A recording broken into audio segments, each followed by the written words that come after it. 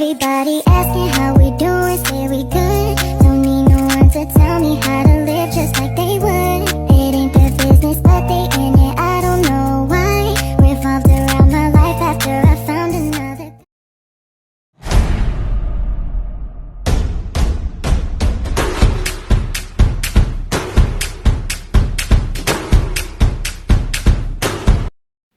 Mbak dari mana, Mbak? Dari rumah, Mbak. Oh, rumah Mbak di mana? Di Pagar Dewa. Dekat ya, Mbak? Iya, dekat 15 menit teman, Mbak. Oh, Mbak datang ke sini untuk konseling. Memang? Iya, saya emang kesini mau konseling sama Mbak. Oh, kalau boleh tahu, Mbak di sini tinggal sama orang tua atau? Oh, saya kos, Mbak. Oh. Mbak emang aslinya orang mana? Saya aslinya orang Muko-Muko. Oh, berarti muka dua ya, Mbak? Iya, betul. Nama daerahnya, Oh, maksudnya. nama daerahnya. Nah, daerah Muko-Muko, Mbak nggak tahu ya daerah Muko-Muko? Enggak, Mbak. Oke. Oke, soalnya saya rumahnya di luar negeri, jadi saya nggak tahu. Mbak udah bersuami, udah menikah atau gimana? Belum, Mbak. Oh, jadi lagi nyari ya, Mbak? Iya, gini kalau ada ya. Mbak, terima kasih kalau Mbak mau konseling sama saya. Iya. Saya harap Mbak bisa terbuka dalam menceritakan masalah-masalah Mbak. Mbak bisa lebih, insya Allah saya tidak akan membicarakan masalah Mbak ini sama orang lain ataupun itu. Ini hanya rahasia kita berdua. Mengambil waktu 30 menit. Nah, saya harap Mbak setuju dengan waktu yang saya ambil. Iya, saya setuju. Terima kasih, Mbak. Mbak, sebelumnya saya boleh tahu apa masalah Mbak? Boleh diceritakan, Mbak? Mau saya cerita adik. Iya, Mbak. Saya punya adik, cowok, jadi saya ini mau masuk SMK dia, Mbak. SMK, SMA juga mau sih sebenarnya. Nah, saya tuh menyarankan dia buat masuk teman saja, karena dia kan alumni dari pondok pesantren ya, Mbak. Jadi biar nyambung gitu loh, Mbak, ilmunya. Nah, tapi adik saya tuh tetap nggak mau dia masuknya SMK atau SMA.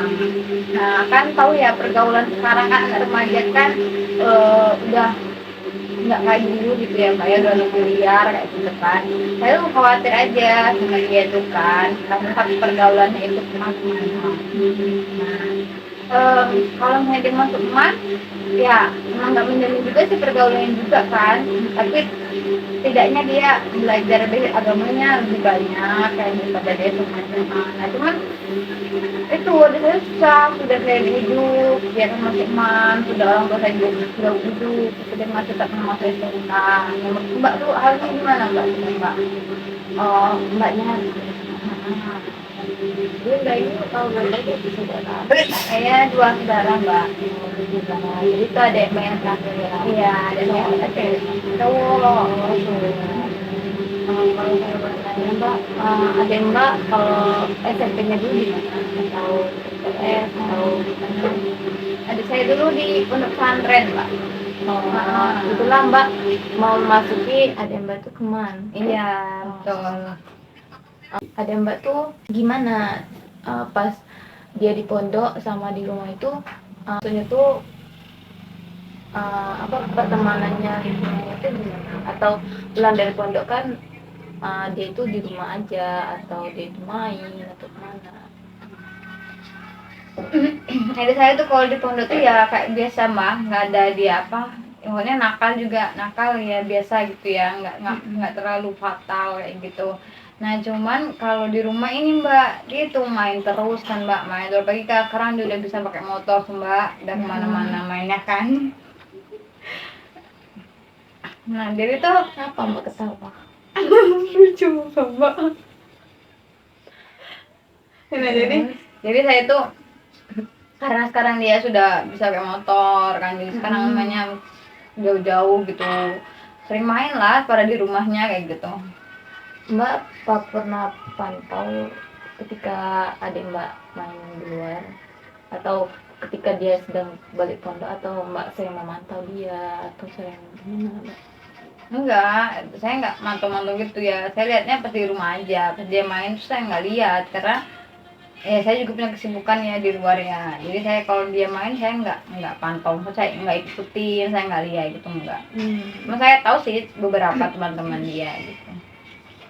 Tapi Mbak udah pernah berbicara sama adik Mbak nggak, berbicara baik-baik kalau kalau kamu itu lulusan pondok, jadi harusnya masuknya tuh kemana, jadi selurusan. Atau Mbak pernah berbicara kayak gitu, atau adik Mbak itu uh, gimana Mbak sikapnya gitu? Nah, saya sudah coba berbicara baik-baik sama adik saya. Kamu kan alumni pondok, masuk mana aja gitu kan. Dia tetap nggak mau, dia beralasan kalau misalnya saya masuk SMA 10, dia kan masuk SMA 10.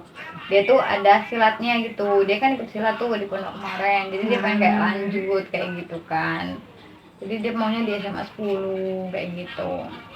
Kalau dia tuh sebenarnya mau SMK juga, cuman em, mungkin karena kendaraan juga ya, kendaraan juga kan, jadi jauh juga ya SMK-nya.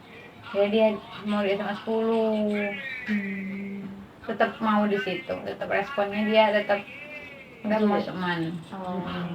Jadi dia mau cutinya mau di SMA 10. Tapi ibu, kalau boleh tahu orang tua Mbak nyuruhnya di mana? Iya sama kayak saya, maunya di man aja biar dia masih tetap nyambung gitu ya ilmunya kayak gitu. Tapi menurut Mbak ya, kalau boleh nanya, adik Mbak itu gimana sih sifatnya kayak gitu? Ataukah dia penurut atau tidak gitu? Kalau penurut tuh enggak juga Mbak, makanya dia agak kadang juga sering melawan juga kayak gitu kan. Terus males banget Mbak, ya kan, bangun dari pagi susah nih Mbak, mesti tiap pagi saya tuh Mbak siram air dia tuh Mbak kalau bangun subuh tuh kan. Nah saya mikir kayak gitu, dia aja belum masuk SMA aja udah males kayak gitu kan, apalagi dia masuk itu apa, udah masuk SMA kayak gitu. Jadi dia nggak mau lanjut pondok, dia nggak mau lagi. Nggak mau dari pondok. Jadi mau SMA 10 aja. Iya, dia tetap mau di situ. Oh, jadi mungkin kan Mbak sudah mengasih tahu kan umur adik Mbak kan SMA kan? Masuk SMA. Oh, berarti itu tuh masih masa-masa labilnya Mbak. Jadi yang harus mengerti itu kita itu udah mengasih tahu kan si anak, tetapi si anak ini nggak mau menuruti kita kan.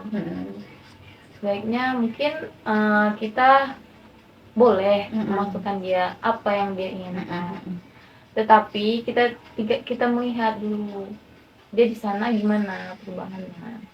Banyak juga Mbak kalau misalnya orang pondok masuk man misalnya Mbak, itu apa ya, nakal juga sama aja Mbak. Intinya sesuai apa ya Mbak, sesuai dirinya kayak gitu Mbak, sesuai Mbak juga mendidiknya gitu, atau apa orang tua Mbak mendidiknya kayak gitu. Jadi kalau anak kan gini, anak apa Gen Z kan, nah milenial Gen Z ini kan kalau dipaksa, terlalu dipaksa kan Mbak, nanti jadinya dia itu memberontak Mbak, tambah nggak mau kan dia misalnya Mbak nyuruh ini pasti dia tambah nggak mau kan kalau secara kasar misalkan. Nah tapi kalau misalnya secara lembut juga nggak bisa, ya berarti memang dalam dirinya tuh Mbak apa ya, nggak mau dipaksa kayak Mbak. Tapi kalau kita nggak maksa juga pasti dia juga nggak mau nurut juga kan Mbak. Jadi kita di sini kan bingung mau mendidiknya kan Mbak.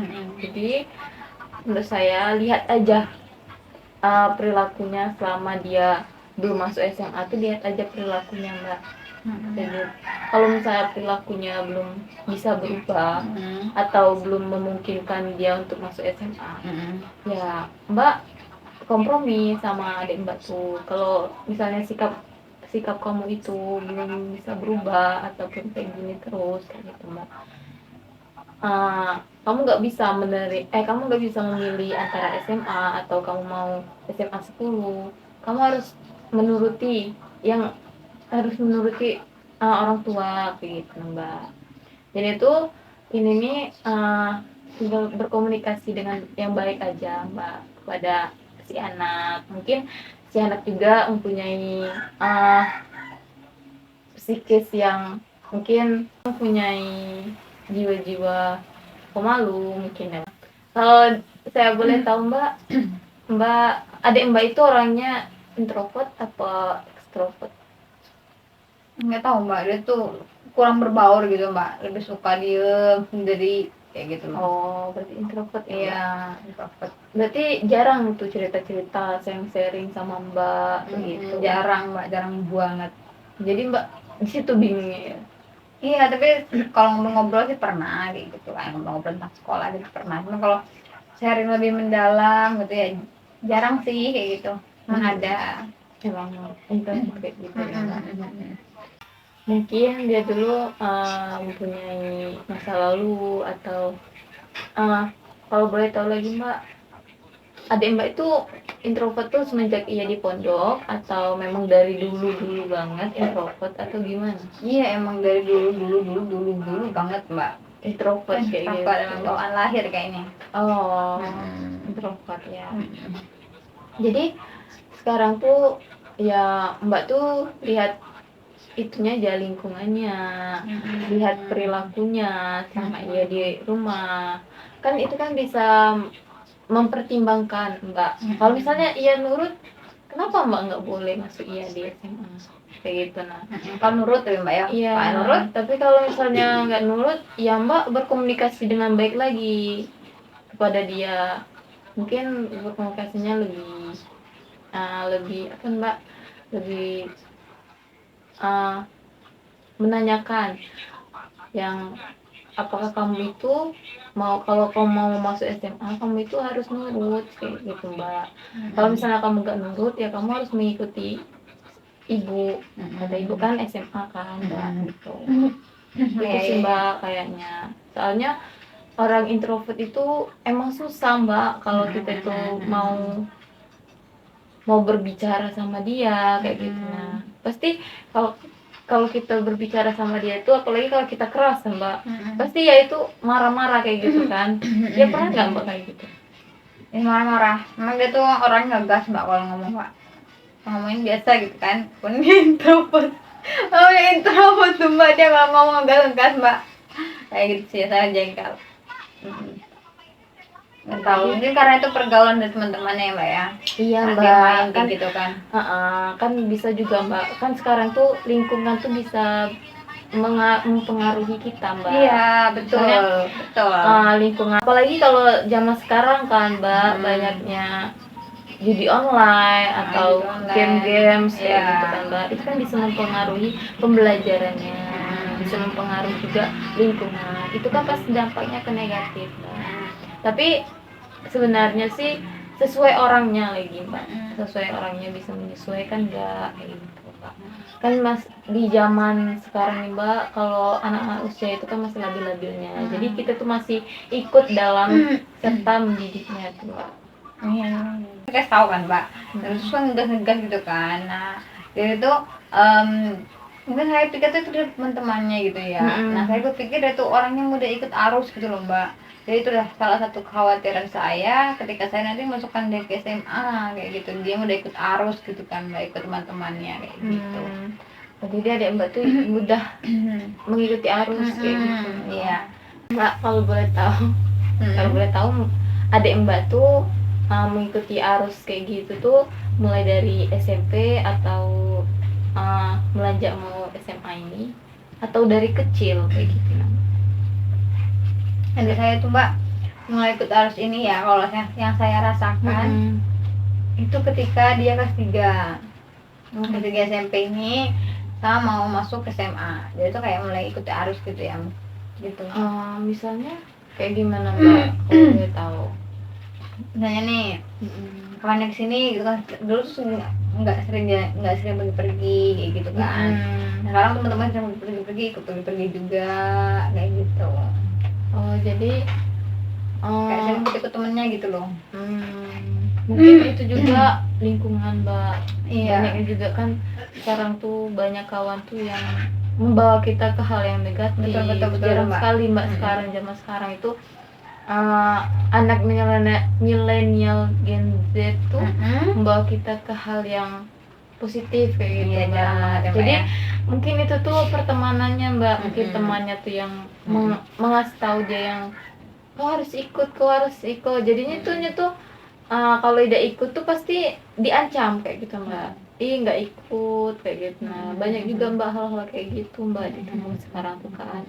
Apalagi kalau sekarang itu juga ada namanya pembulian gara-gara itu tadi kan nggak mau mengikuti terus dibully terus. Ih kamu itu anak rumahan, anak cupu kayak gitu kan. Mungkin adik mbak itu udah terikut arus itu kayak gitu mbak. Betul, Mbak. Jadi menurut saya sih mbak, nah mbak ya mbak pantau lagi dalam pertemanannya. Kalau mbak mau maksudnya itu ikut serta dalam perkembangannya ini mbak. Soalnya anak sekarang itu kan mbak berbahaya kan mbak kalau misalnya kita nggak ikut serta dalam perkembangannya kayak gitu. Apa ada yang bisa ditanyakan lagi mbak? Sudah Mbak, sudah cukup jelas. Oh gitu ya Mbak ya. Jadi apa yang harus saya lakukan setelah saya memantau Mbak? Karena kan saya juga teman-temannya jarang ke rumah. Jadi cara pantaunya itu gimana? Apakah saya harus mengikuti dia kemanapun dia pergi atau gimana?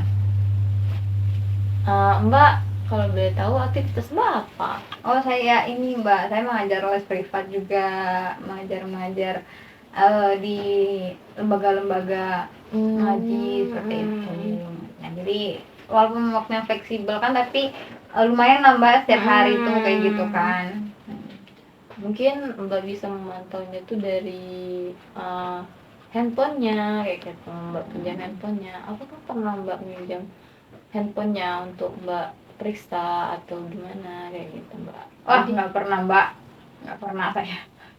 Nggak pernah dia boleh minjamin HP dia itu Mbak kayak gitu. Kayak gitulah, dia kalau mau pinjam HP-nya marah-marah kayak gitu. Kayak gitu lah Mbak, kayak pemarah gitu ya orangnya ya.